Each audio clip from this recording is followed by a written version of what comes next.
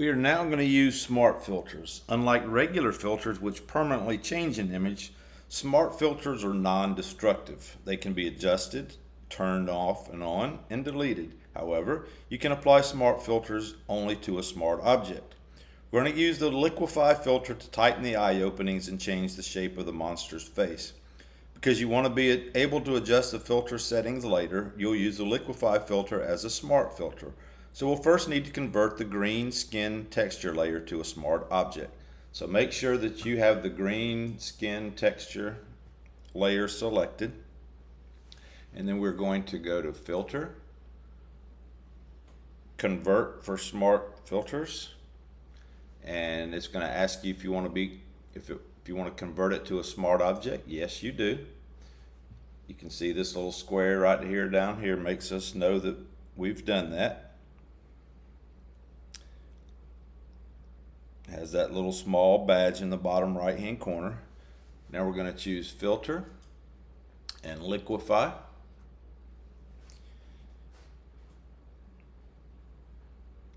Photoshop now displays a layer in the liquefied dialog box.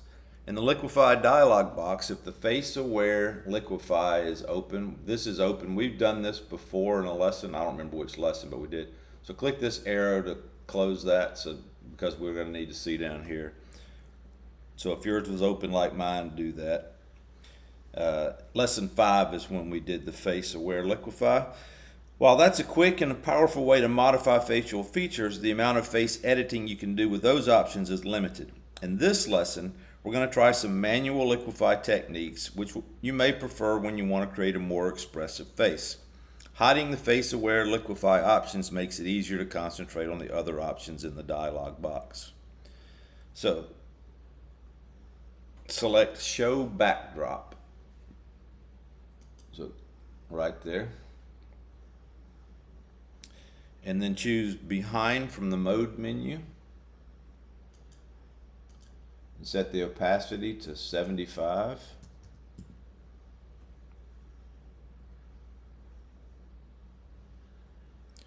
Select the zoom tool.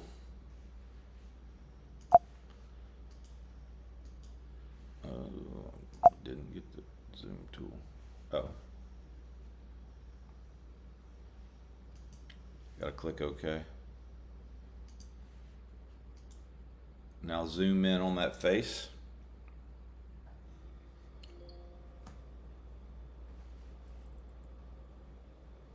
I'm gonna go back to the liquefy.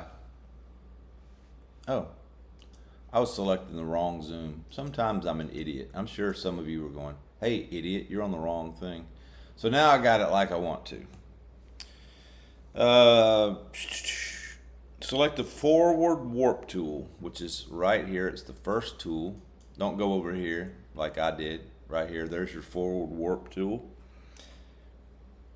In the brush tool options area, set the size to 150 and the pressure to 75.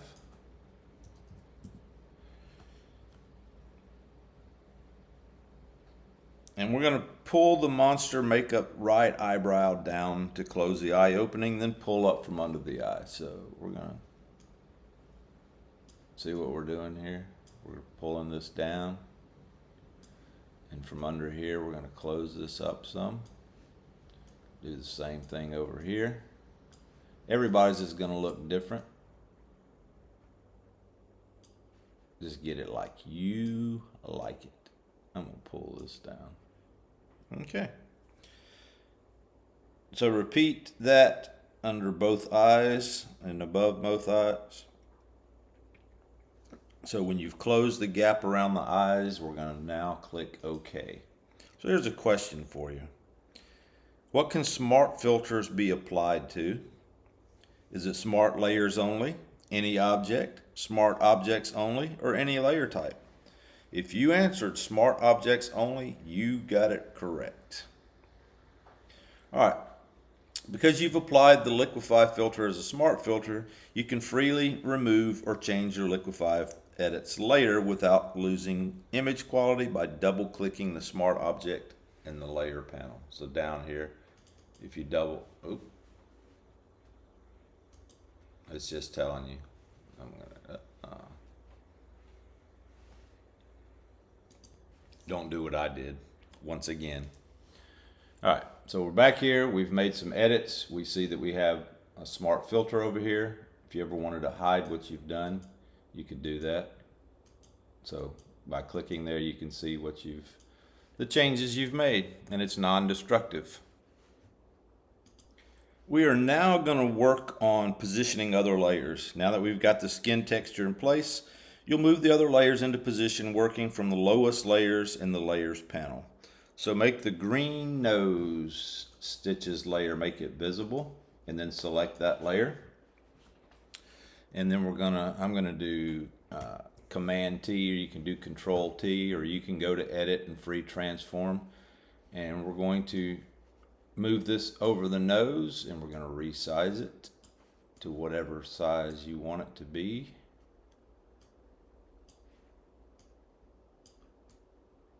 Get it positioned.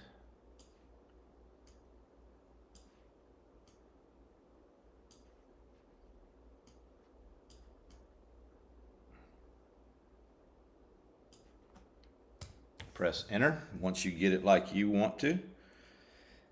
You'll repeat the process for the rest of the layers. So let's make the green stitches, or green neck stitches layer visible. Select that layer. Go to Free Transform. I need to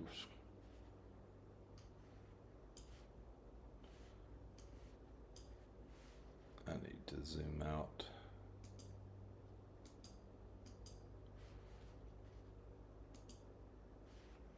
All right, so green neck stitches.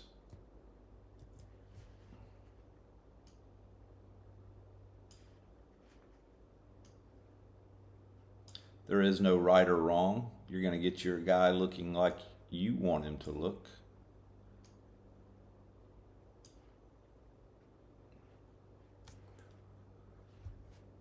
Press enter once you get it like you want it to. And then the green ear staples. Oop, gotta make sure you select that layer. Free Transform. We're gonna drag it down here and resize.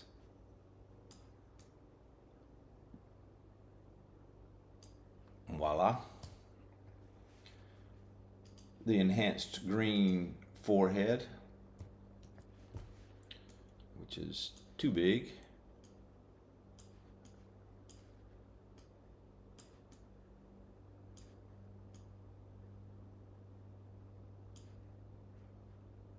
Looking good.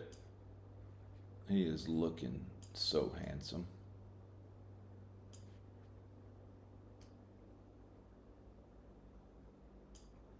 Okay. I don't like that. All right. Then the bolts. Select the bolts.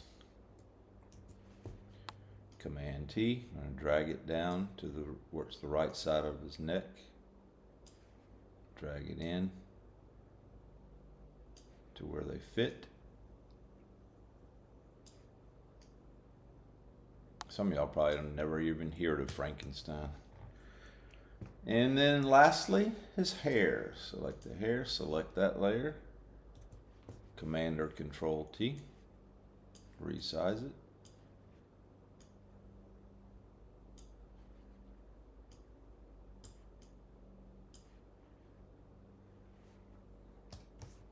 Voila. There's my guy. So let me ask you this. We just did something a little bit ago with the forward warp tool. What does it do as you drag it? If you know that it pushes the pixels forward, you're pretty smart.